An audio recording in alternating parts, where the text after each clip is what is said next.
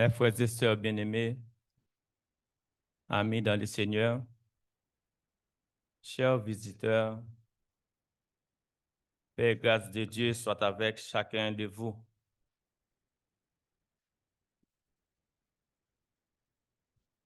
Pour commencer, j'aimerais qu'on lise ensemble Jean 14, du verset 1er au verset 7. C'est affiché.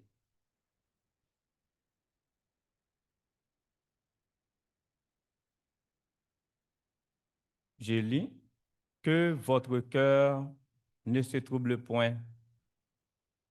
Croyez en Dieu et croyez en moi. Il y a plusieurs demeures dans la maison de mon Père. Si cela n'était pas, je vous l'aurais dit. Je vais vous préparer une place. Et lorsque je m'en serai allé et que je vous aurai préparé une place, je reviendrai et je vous prendrai avec moi, afin que là où je suis, vous y soyez aussi. Vous savez où je vais et vous en savez le chemin. Thomas lui dit, Seigneur, nous ne savons où tu vas. Comment pouvons-nous en savoir le chemin? Jésus lui dit, je suis le chemin, la vérité et la vie. Nul ne vient au Père que par moi. Si vous me connaissez, si vous connaîtrez aussi mon Père. Et dès maintenant, vous le connaissez et vous l'avez vu. Mes frères et sœurs, juste avant l'étude de la parole, accompagnez-moi, s'il vous plaît, en prière. Éternel Dieu d'amour, merci infiniment. Tu nous as permis de passer une semaine agréable et maintenant, tu nous as permis d'être ici. Sois avec nous. Prête ma bouche. Ce n'est pas ma bouche qui va être utilisée, mais c'est la tienne. Sois avec moi, sois avec chacun de nous. Dans le nom de ton Fils Jésus-Christ, nous t'en prions. Amen. À la lumière de cette lecture, nous avons choisi comme sujet « Avez-vous rencontré Dieu le Père ?» C'est quoi l'objectif? L'objectif, c'est que on voudrait montrer à travers cette étude que le but de tout chrétien est de rencontrer Dieu le Père. Imaginez-vous que quelqu'un d'entre vous connaît Enrico, mais il veut rencontrer Frère Antonio. Et Enrico, c'est le fils de Frère Antonio. Commencez à faire l'image. Ou imaginez-vous quelqu'un veut rencontrer Frère Frédéric. Frère Frédéric est le prédicateur de l'Assemblée. Mais il m'a rencontré. Mais il veut rencontrer Frère Frédéric. Sachant que Frère Frédéric, nous partageons la même foi. Commencez à créer l'image.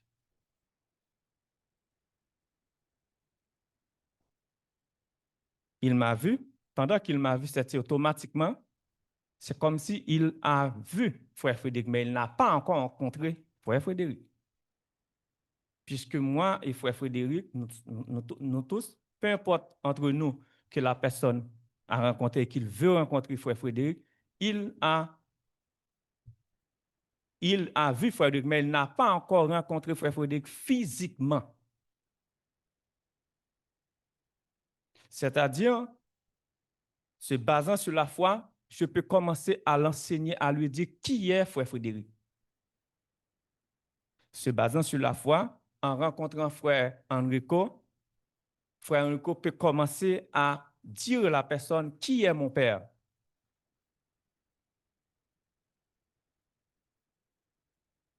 Donc, Jésus-Christ, pendant qu'il était sur terre de façon physique, c'est le Père incarné. La rencontre physique avec Jésus pendant sa vie n'était pas nécessairement que vous avez physiquement rencontré le Père, mais vous êtes sur la bonne voie. Il n'y a pas d'autre voie qui passe par là. C'est pour ça que je prends l'allusion que en me rencontrant ou rencontrant frère Enrico pour frère Antonio, vous êtes sur la bonne voie parce qu'on partage la même foi. Puisque je vous commence à enseigner, lorsque vous allez voir maintenant, il y a des choses que moi, je ne détiens pas comme explication. Je n'ai pas d'explication. En arrivant auprès de Frédéric que vous voyez, maintenant, là, ça s'est accompli. C'est-à-dire tout ce que vous ne pouvez pas comprendre, que moi-même, j'étais limité pour te montrer, pour t'expliquer, pour te faire comprendre, en arrivant auprès de Frédéric, c'est ça, ça va être clair. En voyant frère Enrico, il y a des choses peut-être qu'il ne détient pas encore comme information. Vous vous rappelez lorsque il y a des choses que les apôtres disaient à Jésus, Jésus dit non, ça je ne le connais pas encore, c'est le Père qui le connaît seulement. Le temps de retour, vous vous en souvenez? Lorsque vous allez rencontrer avec le Père, tout va être lucide et clair. On va voir à partir de ça le plan pour atteindre l'objectif fixé.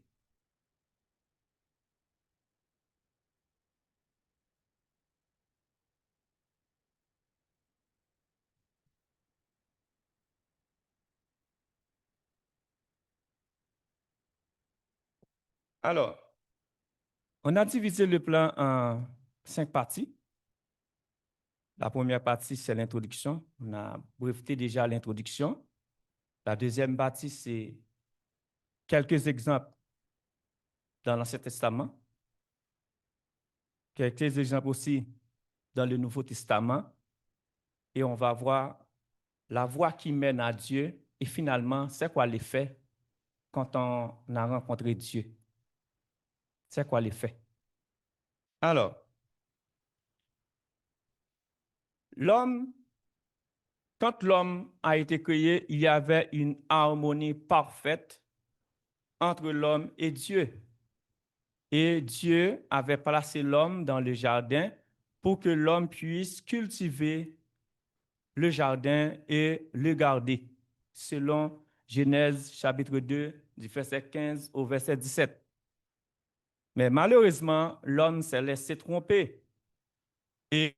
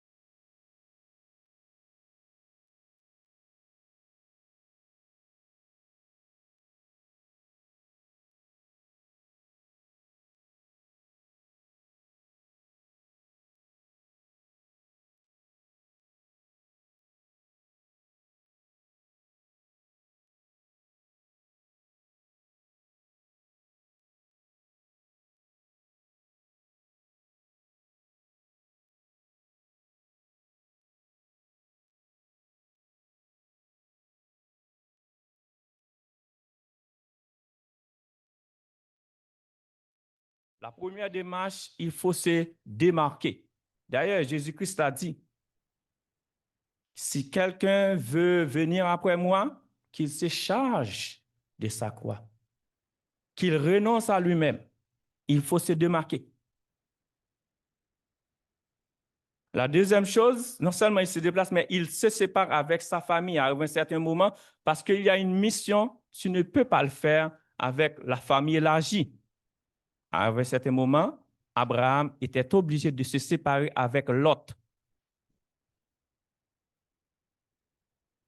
Qu'est-ce que ça fait?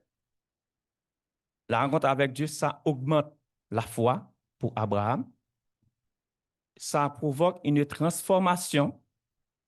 Et finalement, Abraham, à travers Abraham, l'humanité a béni. La deuxième rencontre dans l'Ancien Testament qu'on veut voir, c'est la rencontre de Moïse et Dieu. Confirmé selon Exode chapitre 3. Moïse est rencontré avec Dieu dans le buisson. Quand Moïse s'approcha, l'Éternel l'a demandé de enlever ses chaussures parce que c'est un lieu sacré. Moïse avait peur de retourner. C'est quoi l'effet? L'effet qu'on a vu, c'est que premièrement, une fois Moïse descend, Moïse va abandonner Jéthro en prenant sa femme et ses enfants. Une démarcation du reste.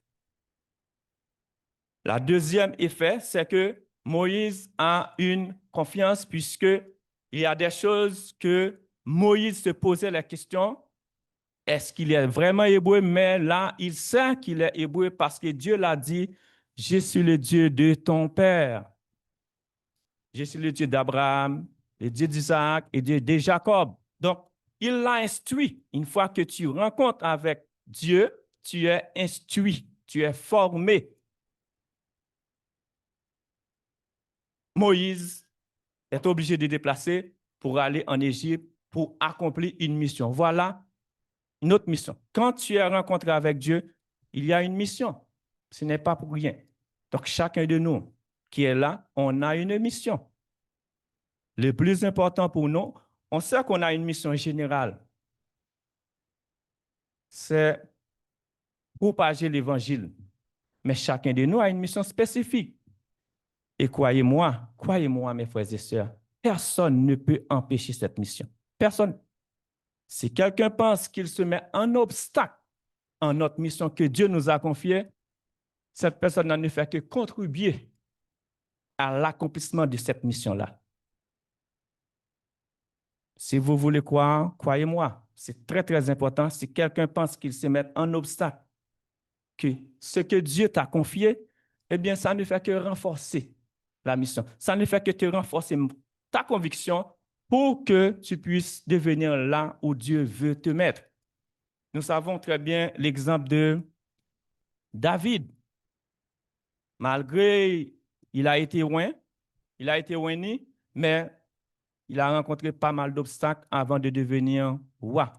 Mais tous ces obstacles-là n'étaient que des formations pour David, puisque passant de simple berger pour devenir roi, ça prend beaucoup de formation. La troisième rencontre que je veux dire avec vous, que vous connaissez parfaitement bien dans l'Ancien Testament, c'est la rencontre avec Job. Job avec Dieu. La rencontre avec Job, Job et Dieu, c'est mentionné dans Job 38 jusqu'à 42. Et dans l'article, dans le chapitre 42, Job a mentionné, j'ai entendu parler de toi. C'est-à-dire, la foi que Job avait, il avait seulement entendu parler de Dieu. Job a mentionné, j'ai entendu parler de toi, mais maintenant je t'ai vu avec mes yeux. C'est une autre chose. Entendu parler de Dieu, voir Dieu, rencontrer Dieu. Maintenant, tu dépasses le cadre de la foi. En rencontrant Dieu, tu dépasses le cadre de la foi. Maintenant, on est en phase de non-retour. Non-retour. Tu es prêt à prendre la mort quand tu as rencontré Dieu.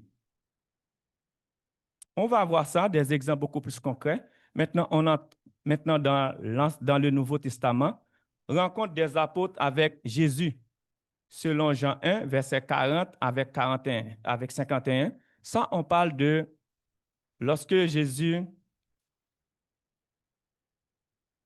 a fini de baptiser, et puis il commence à rencontrer ses apôtres, en commençant par André, Pierre, Jean, Jacques.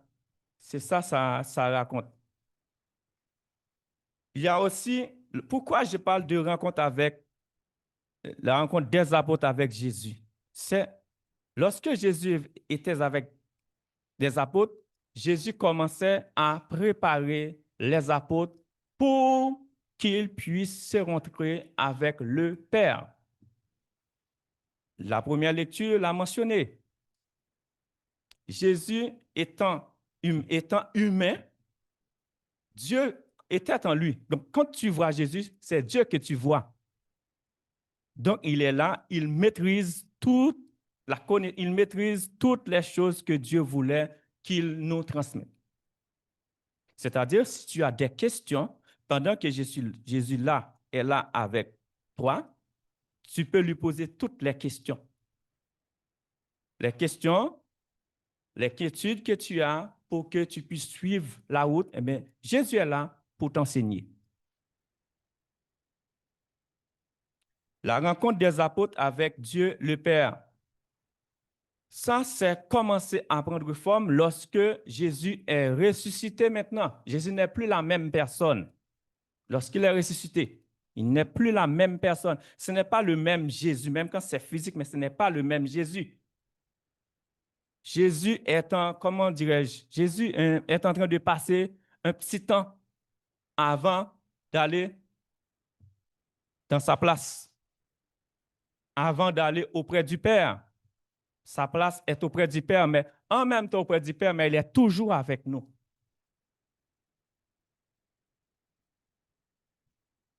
Il a dit, recevez le Saint-Esprit. Ça commence. Jean 20, 21, 23. Et aussi, dans l'Acte des Apôtres 2, 2, 7. Quelqu'un peut-il lire pour nous le Acte 2, 2, 7 pour nous, s'il vous plaît?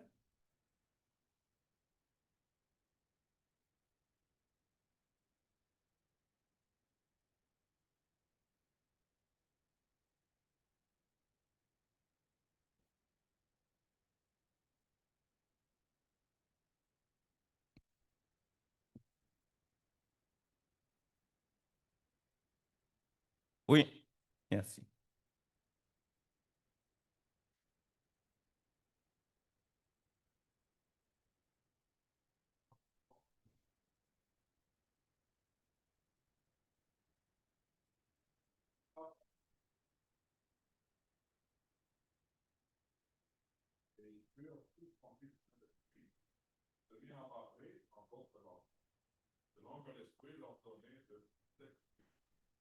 Or, il y avait en ce jour, à Jérusalem, en Dieu de toutes les nations sont pour le ciel.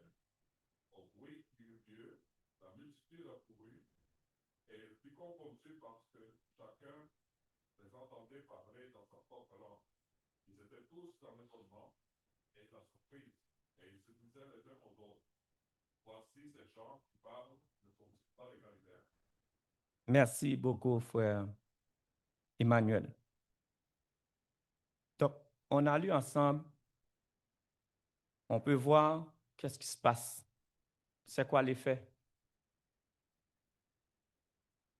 C'est l'envoi de la mission et la responsabilisation. L'envoi de la mission, on peut voir ça dans Jean 20, verset 21, 23. Quand tu es rencontré avec Jésus, il t'envoie en mission. Tu as une mission. On peut voir dans l'acte 2, qu'il y a une sorte de transformation et de confiance absolue. Les apôtres, ils parlent, pendant qu'ils parlaient, il y avait des Haïtiens, il y avait des Congolais, il y avait des Italiens, il y avait des Dominicains, tous, il y avait des Québécois, tous les entendaient dans leur propre langue. Il n'y avait pas d'interprète. Donc, la rencontre te transforme. Et la rencontre te permet de voir que rien n'est impossible, selon Marc 9, verset 23. La rencontre te fait voir que, effectivement, comme Jésus l'avait dit en Marc 9, verset 23, rien n'est impossible à celui qui croit.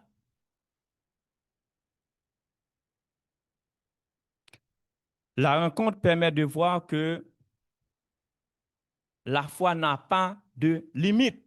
Une fois que tu as rencontré le Père, ta foi n'a pas de limite maintenant. Souviens-toi que Jésus a dit que si ta foi est comme un grain de sénévé, c'est-à-dire maintenant, on mesure la foi. Jésus est en train de donner une hypothèse. Moi, je pourrais dire que si ta foi est comme 1 gramme, 1 gramme, 1 centigramme, c'est une comparaison lorsque je dis comme un grain de sénévé.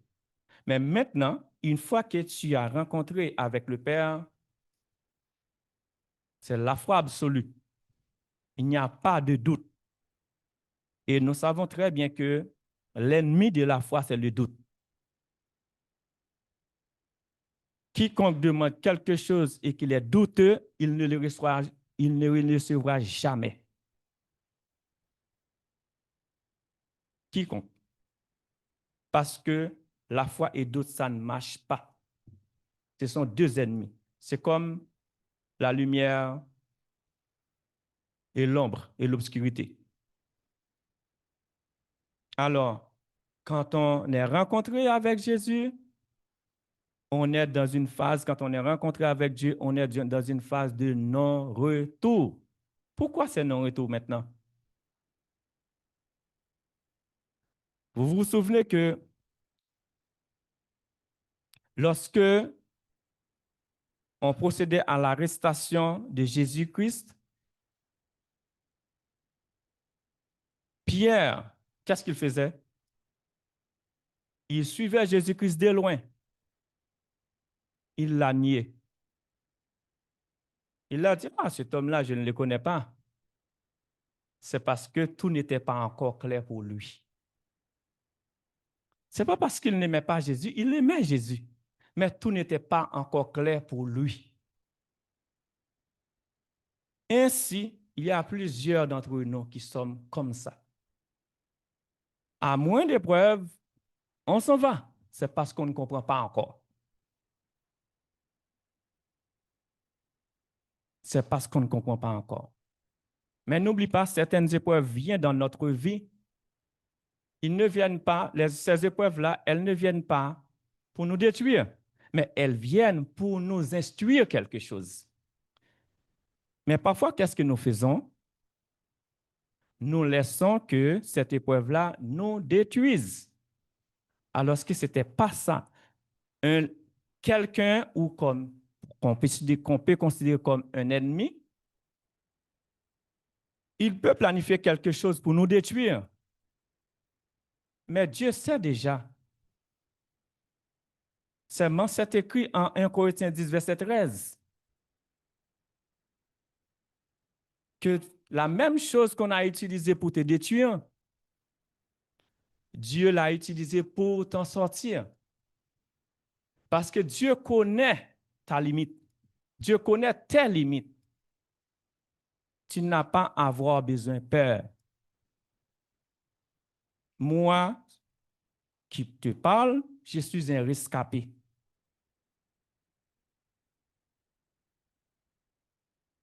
Je n'ai pas peur. Si je demande quelque chose à Dieu, je peux attendre 1000 ans Mais quelqu'un d'entre vous dit, mais lui, là, il va atteindre 1000 ans. Non, c'est une façon de parler. Mais si je ne l'ai pas trouvé, est-ce que Dieu ne m'a pas écouté? Oui, Dieu m'a écouté. Si Dieu ne me l'a pas donné, c'est parce qu'il sait que ce n'est pas bon pour moi. Vous devez comprendre ça aussi. Ce n'est pas nécessairement ce que vous demandez que vous recevez. Vous pouvez recevoir plus que ce que vous avez demandé. Mais des fois, dans votre ignorance, vous pensez que vous n'avez rien reçu. Il faut faire attention quand vous demandez. Et normalement, pour bien vivre la vie que Dieu nous donne, mieux vaut de laisser au Père de nous donner au lieu de lui demander, de lui dicter. Donne-moi ça. Est-ce qu'un maître, est-ce qu'un esclave a le droit de demander son maître quelque chose? Mais si nous disons que Dieu est notre maître, pourquoi nous lui imposons des choses?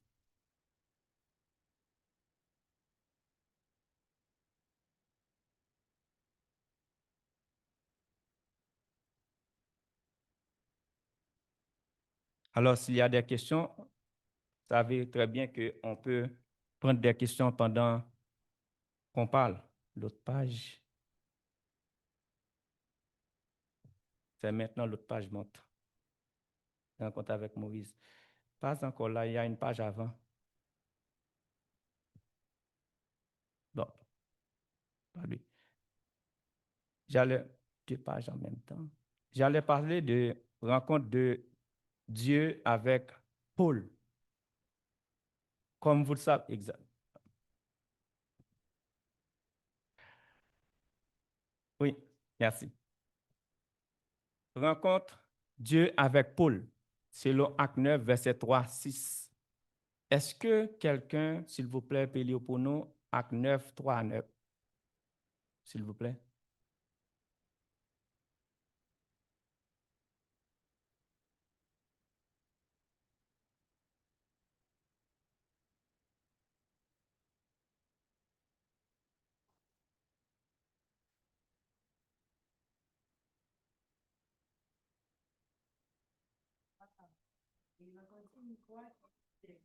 Saul, Saul, pourquoi me persécutes-tu?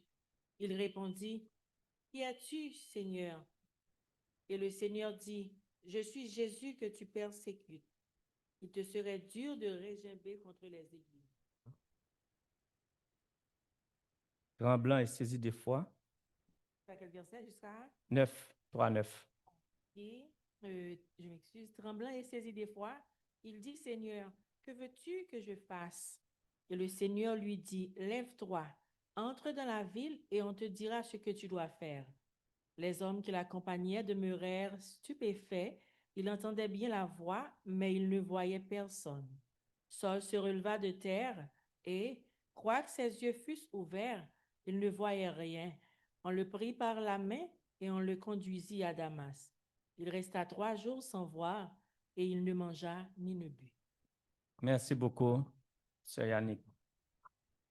Alors, le plus important pour nous, c'est, oui, on a fait la rencontre, mais c'est quoi l'effet ça fait quand on rencontre? Maintenant, tu te rappelles, c'est je suis Jésus de Nazareth que tu persécutes. À cette dimension-là, Jésus n'est pas seulement Jésus. Jésus est en même temps à 100% maintenant Dieu. Il n'est pas dans la dimension humaine. Il n'est plus dans la dimension humaine. C'est une rencontre de Dieu et Paul maintenant. À ce niveau-là, quand une voix comme ça dit Jésus, c'est Dieu qui te parle complètement parce que Jésus, Dieu, c'est la même personne maintenant à ce niveau-là, cette dimension-là. Ça, il faut faire la grande différence. Alors, quand il y a des personnes comme Paul, Dieu a utilisé de grands moyens pour les convaincre. Tu ne peux pas venir toi seul comme ça pour le convaincre. Il faut utiliser des grands moyens pour les convaincre. C'est ce que Dieu a fait. Il a utilisé des grands moyens pour convaincre Paul parce que il faut des grands moyens pour retirer Paul là où il était. Quand tu as rencontré Dieu, tu ne peux pas résister, impossible. Tu vois, il a dit à Paul, il te serait dur de régimber contre les aiguillons. Pour comprendre très bien cette expression, ceux qui savent faire les attelages pour labourer les bœufs, on utilise des aiguilles pour mettre dans les nœuds des bœufs. Et avec une corde, on est capable de dire au bœuf de faire à gauche, de faire à droite, parce qu'il ne peut pas lutter. Ça fait du mal. Cette expression dit à Paul, c'est que tu te fais du mal toi-même. Si tu essaies de lutter contre ça, tu te fais du mal toi-même. Il te serait dur de régimber les aiguillons. Donc, impossible de résister. Si tu dis que tu vas courir, tu vas partir loin de Dieu, c'est faux. Vous connaissez tous l'histoire de Jonas. Bon, moi, je ne vais pas aller. Bon, qu'est-ce qui est arrivé? Tu vas le faire parce que Dieu t'a choisi. Donc, si quelqu'un te dit, moi, je m'en calisse de Dieu, ne t'en fais pas. Ton job à toi, parle-lui de Dieu, tout simplement. Tu n'as pas à imposer des grands moyens. Non, ce n'est pas à toi d'utiliser des grands moyens comme on faisait autrefois, disant la croisade. On tue des gens au nom de Dieu. Non, ce n'est pas ça que Dieu demande. Mon job à moi, ton job à toi, c'est de parler aux gens de Dieu, pas de les forcer.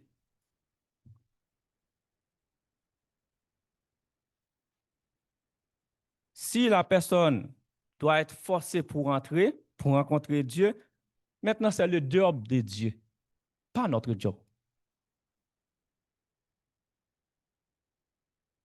Comme je t'ai dit qu'une fois rencontré avec Dieu, on est en mission. On peut voir ça dans l'acte 9, verset 15 à 16. On n'a pas continué, mais si vous continuez, vous voyez que dans l'acte 9 à 15, il a dit à Paul, c'est quoi ta mission? Pourquoi je t'ai choisi? Tout devient clair pour toi. Et tu verras, une fois que Paul est rencontré avec Dieu, qu'est-ce qui se passe? Il était déplacé pour massacrer parce que les gens parlaient de Christ. Mais qu'est-ce qui se passe après la rencontre? Hein? Qu'est-ce qui se passe? Son discours change. Maintenant, quand il parle pour l'évangile et non pas contre l'évangile. Lorsqu'il était en train de venir pour parler contre l'évangile, ton discours change. Tu ne peux pas me dire, tu es chrétien, tu prends en maturité ta chrétienté, et puis tu as toujours le même langage que tu avais lorsque tu étais dans le monde. Ça ne marche pas. Quelqu'un qui est un commun du mortel, il n'utilise n'importe quel langage, mais un professionnel, par exemple un professionnel de la santé, en l'occurrence un médecin, tu n'as pas constaté lorsque tu vas chez un médecin comment il parle? Si tu consultes 3 médecins en une année, dans une année ou dans un mois, tu verras, c'est presque le même langage qu'ils ont. Il en est de même, si tu es chrétien, ton discours doit changer.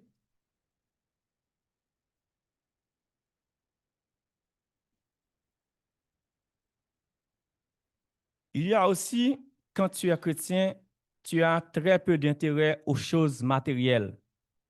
Cette question dit que moi, je vis, j'ai besoin, je veux devenir milliardaire, millionnaire, je veux avoir 10 maisons, 20, je ne sais pas, diète, etc.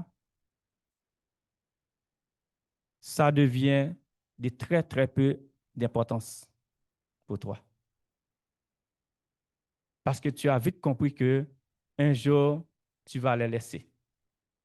Est-ce que cela signifie que tu n'as pas besoin de l'argent pour vivre, du matériel pour vivre? Non, ce n'est pas ça.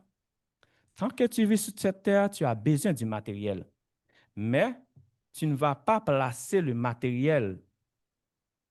Tu ne vas pas donner le matériel beaucoup plus d'importance qu'une personne, qu'un être humain.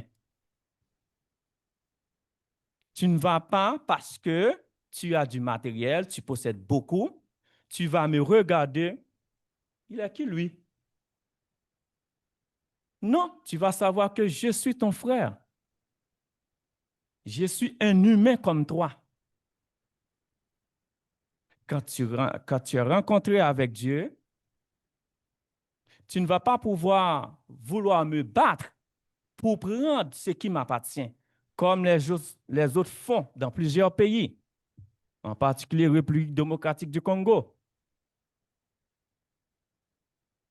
Dieu nous a tous créés pour vivre ensemble.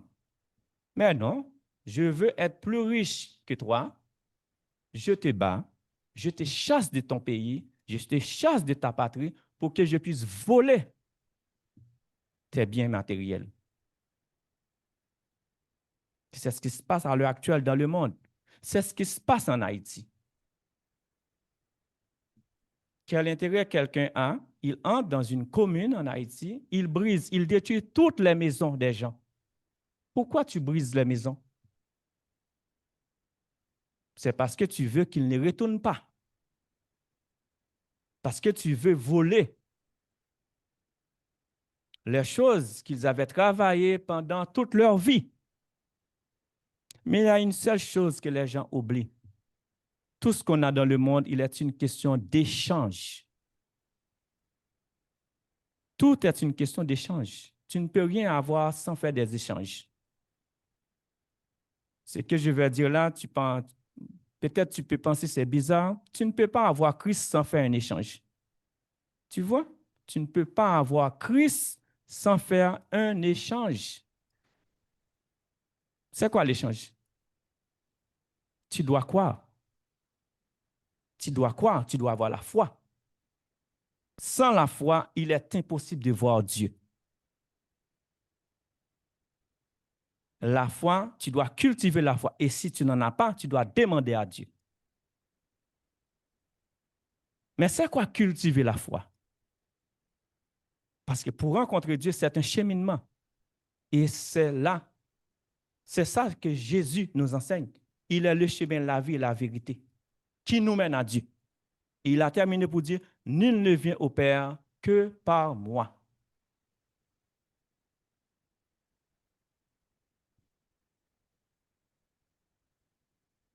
La voie qui mène à Dieu, c'est Jésus-Christ.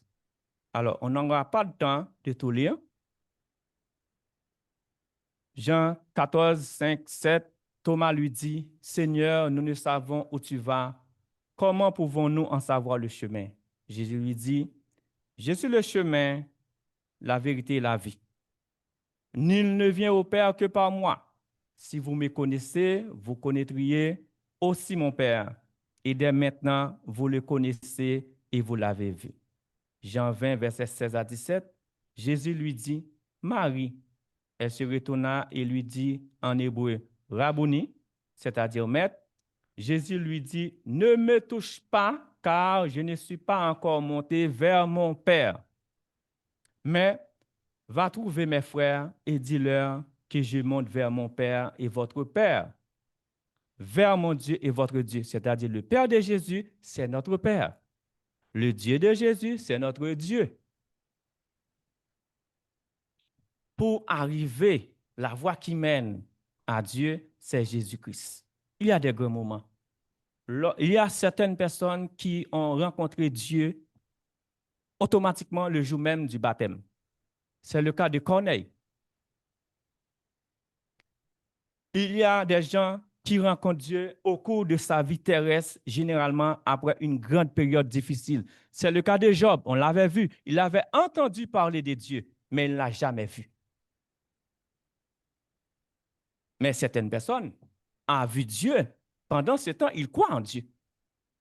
Il a vu Dieu au moment de sa mort. C'est le cas d'Étienne.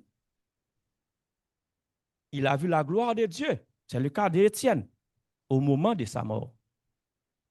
Mais il y a des rencontres quotidiennes. Oui, mon frère?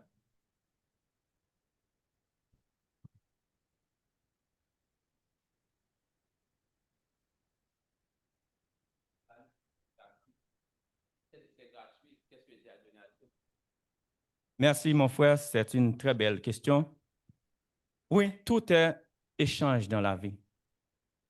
Si tu rencontres Dieu, c'est que tu as la foi. Et la foi que tu as, tu ne t'es pas réveillé un bon matin pour l'avoir. Tu fais des efforts. Malgré des épreuves et des péripéties, tu restes encore, tu résistes. Cette résistance-là, c'est un échange qui t'a permis d'accumuler la foi. Et quand tu es en faiblesse de foi, tu demandes à Dieu la foi. C'est cet échange-là que je parle. Et rien n'est gratuit. Tu viens ici pour une assemblée. C'est un échange que tu es en train de faire. Parce que si tu restes chez toi, tu ne viens pas, finalement, tu vas perdre la foi. Est-ce que tu comprends l'idée de l'échange? OK, frère Révolus. Bon,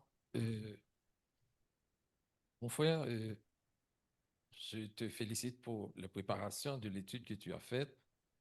Et certainement, toute préparation a pris du temps. Et notamment, tu as préparé des slides pour des projections et je pense que c'est bien. Mais je dois dire que la confusion ne doit pas être de mise parce que un message, la réception du message dépend de la façon dont le message a été diffusé. Par exemple, le frère qui a posé la question, tu parles d'échange. Il y a des langages, je pense qui a sa place quelque part et qui n'a pas sa place quelque part d'autre. Dans l'Église, nous approchons de Christ par la foi. Échange voudrait dire qu'on donne quelque chose et on reçoit quelque chose en retour. Rencontrer Jésus-Christ, avoir la foi, on ne donne pas la foi à Dieu pour qu'il nous donne le salut.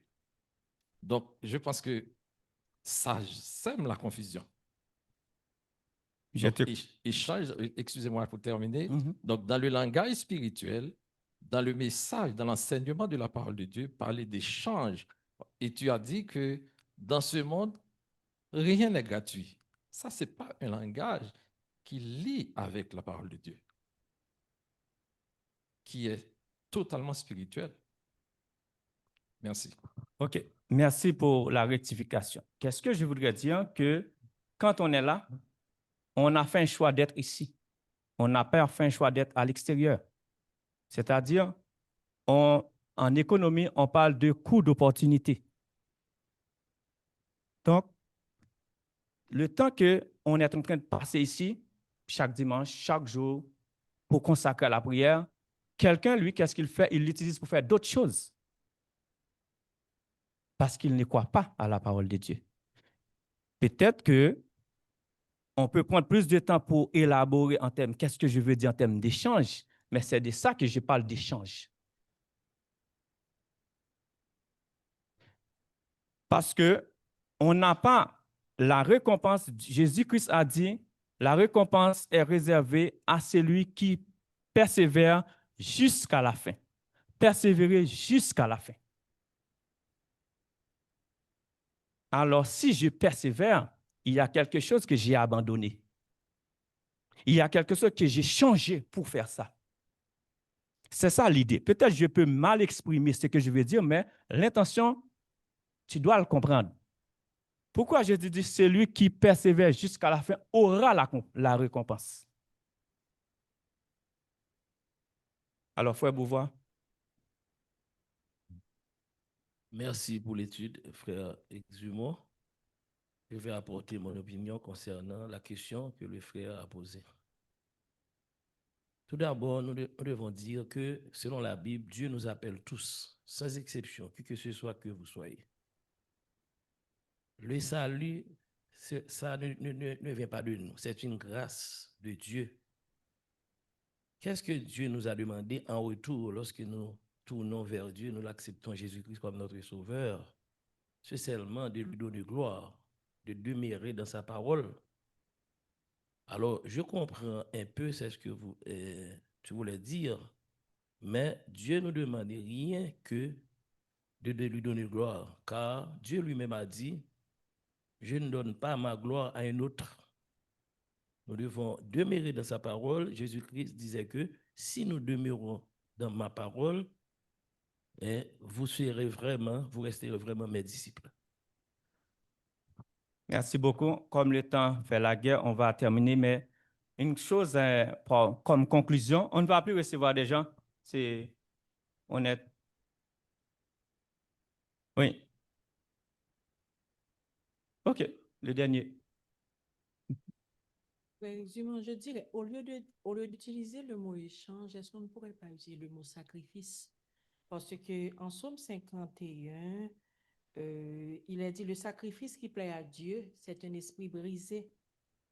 Au lieu d'utiliser le mot échange afin d'éviter qu'il y ait des Toute confusion, que tout à fait d'accord. Oui. Utiliser le mot Il faut faire des sacrifices. OK, tout à fait d'accord. Le mot juste, c'est sacrifice. Merci beaucoup. Alors, merci beaucoup. Vous m'avez accompagné. Et juste avant de finir, je vous demande de m'accompagner en prière. Éternel Dieu d'amour, merci infiniment. Nous te rendons gloire et grâce parce que tu es digne de louange. Sois avec nous. Merci pour la compréhension que tu nous donnes. Accompagne-nous. Dans le nom de ton Fils Jésus-Christ, nous t'en prions. Amen.